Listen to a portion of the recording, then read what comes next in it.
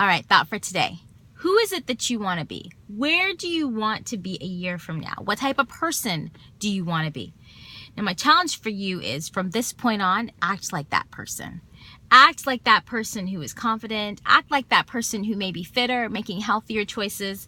So at this point, it's not about rules and regulations. There's no rule book on how to be fit. There's no rule book on how to be healthier. Because a lot of people say, okay, you know what, Dewan, I have my goals. I know what my non-negotiables are. I know what those small changes are that I want to make. What next?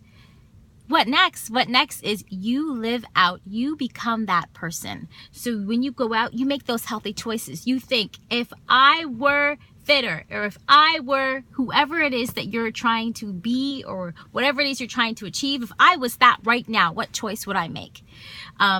If I was in the presence of that person, what would they recommend that I do? That's the way I want you to start thinking. So I want you to start being that person, not just doing things and following rules. Because if you stick to following rules, it's going to become like a chore.